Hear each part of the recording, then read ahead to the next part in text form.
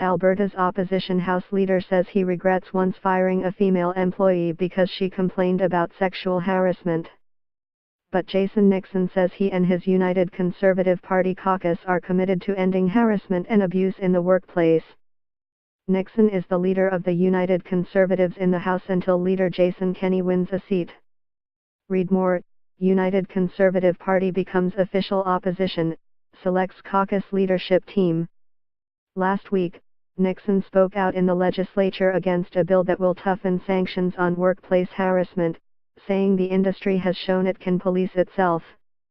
But new reports show that Nixon, while in private business a decade ago, was fined by ABC Human Rights panel after he fired a female employee at the behest of a contractor when she complained of sexual harassment.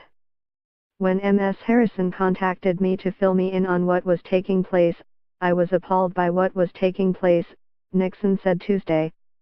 I was disappointed and I knew it was wrong then as I do now. We tried to create a situation where Ms.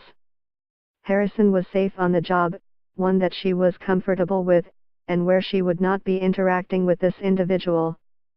Along the way, our client made the decision that they did not want Ms. Harrison on that job no more. Read more.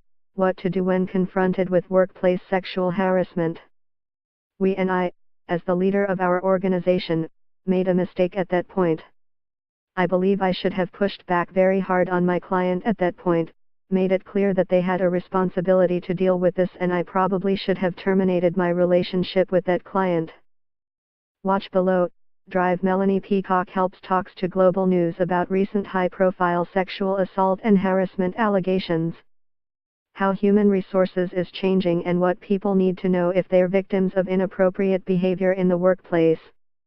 Premier Rachel Notley says it was dishonest of Nixon to criticize proposed new workplace harassment rules without mentioning that he had been fined for firing a woman who had spoken out. Notley says if Nixon was her House leader he'd be out of a job immediately. Read more. A report shows over 40 incidents of sexual violence on campus in 2015-16. The Alberta Federation of Labour is also calling on the UCP to fire Nixon. Nixon is talking proof of why we need tougher laws against sexual harassment in the workplace, AFL President Gil McGowan said in a news release. He said someone with this kind of track record should not hold a position of authority.